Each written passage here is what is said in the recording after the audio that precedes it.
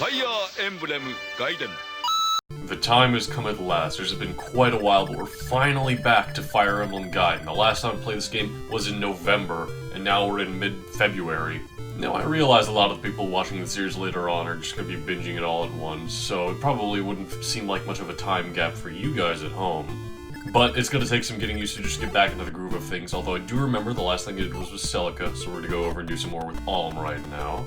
And man, just to get a bit refreshed, I'm going to take a look at all the characters we got on Alm's end. We got Alm, Lucas, Cliff, Claire, Forsyth, Luthier, Matilda, Delphia, Est, and Titania. Est we brought back with Alm. She was originally with the other group, of course.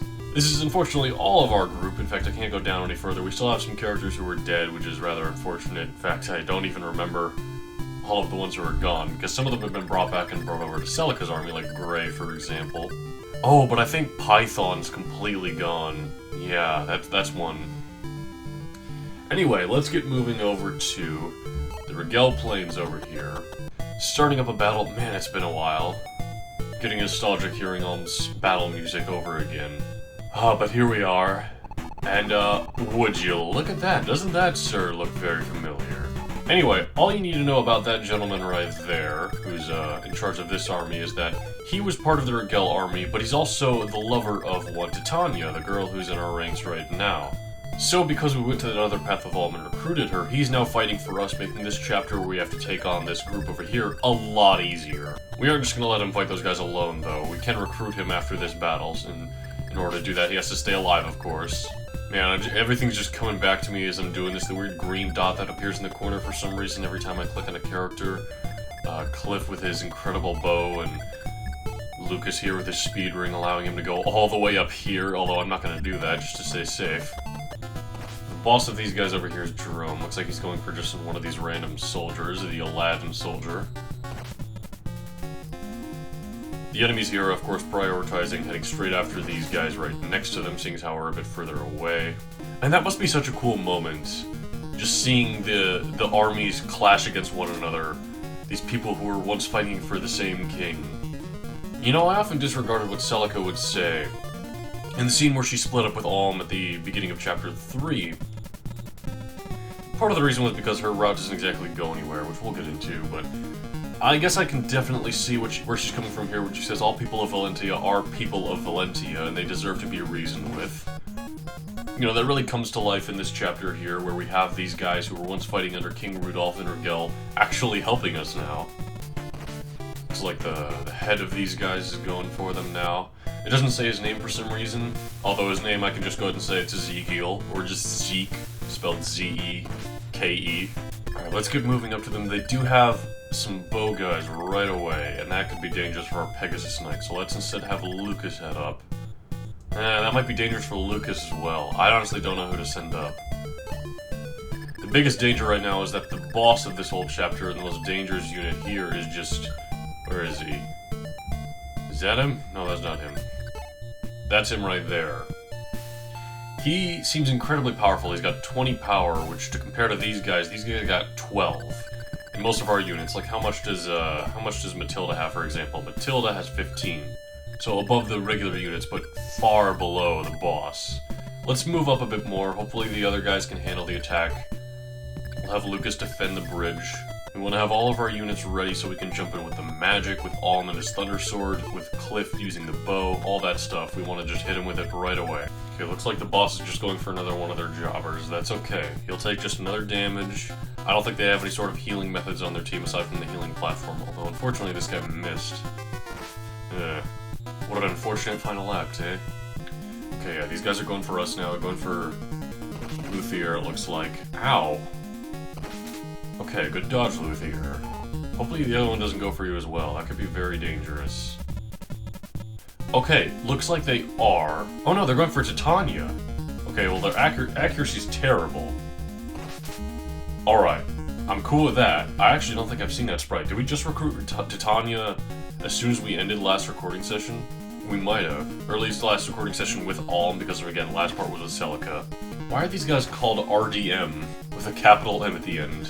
Like, I really don't understand some of the text in this. I really want Nintendo to just translate the original few Fire Emblem games, release them in some sort of pack. That'd be really great. Of course I say that, but this game does have a remake. which is honestly much more worth playing nowadays. It's really good. Oh, he did the healing spell. That's not good at all. Alright, well at least these guys are gonna do some more damage to them. There's Ezekiel going for it. Oh, Alm has a bow now? When did that happen? He hasn't been promoted at all. Or wait, he is only level 1. When did he get promoted? I missed something happening. I don't know what, but I missed something happening. Who's got higher attack?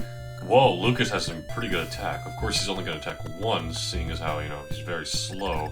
Actually, he's got the speed ring. I don't know. Let's see how he does against this bow unit here.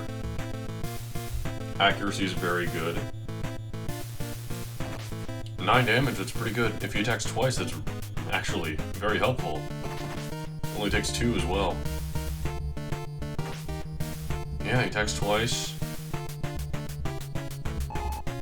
Oh, and he leveled up. Lucas is now level 10.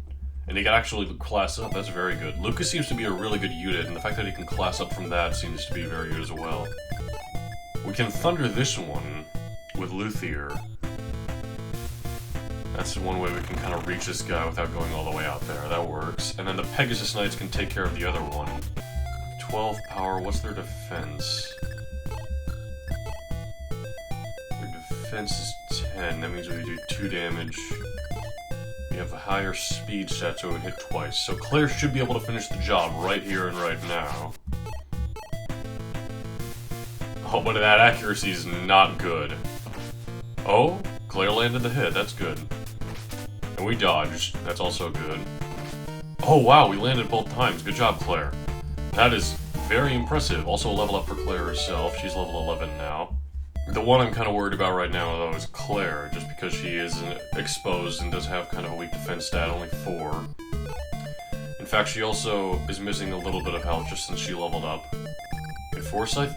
Oh no, Forsyth can't defend her. I suppose we can heal her, just to keep her safe, and I don't have any other better options right now. Plus, Titania is at a distance from all the other enemy units, so using that health shouldn't be too dangerous. She does have 28 health to spare after all. Oh, the boss. Just going for another random jobber. That's okay. Ooh, this one's going for Claire. Okay, that was kind of expected. And this is one of the higher class ones. Claire, are you going to be able to handle this? Okay, you somehow dodged that. I'm amazed. Another attack coming through. Oh!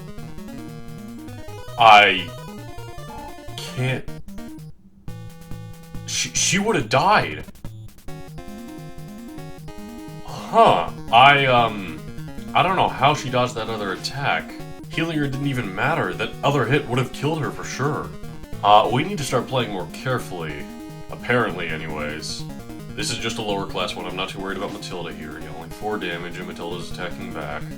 Okay, I think that's all the enemies for now. Alright, now the remaining of the allies are gonna go. In fact, the only ones left are the bow ones and the big man Zeke himself. Looks like he's going after this paladin here. Not a bad move. You can take out that wizard on the healing platform there. That could be useful. Nice critical hit, Delphia. That takes care of the one in the forest. Claire definitely needs to get healed. Which, Titania, do you have a regular healing spell or do you have to use Libra? Let's go ahead and find out now. Just gonna put you right here. Nope, you only have that one that heals from a distance and uses 3 health. Okay, well, you know what? It's a healing spell. I'll take it over the fact that we had no healer before. In fact, Silk, I think, is also still dead. That's one I forgot about a moment ago. The key units we have to move around here. Well, first off, let's go ahead and have Cliff attack this guy. Just since he's kind of in the way right now, and Cliff can attack from a distance. Hopefully he can kill as well. He attacked twice? Oh, he doesn't attack twice. Okay. That one's got 3 health left. You know, Est can probably finish them off, but then again, I wouldn't want to move Est that far out there when the boss is right there. The boss can definitely kill Est. In fact, even this guy probably could. I gotta just think, what would the enemy want to do right now, depending on our next actions? They would probably want to go for Matilda since she's a little hurt right now. In fact, I should move Matilda back. And now they would want to go for Delphia, since she's exposed and would probably get killed as well. I could put Lucas there to defend Delphia, but Lucas is also important in terms of attacking the enemies. We could also have Forsyth move up and fight this guy, but I don't know that Forsyth could handle getting attacked by the boss and that other guy.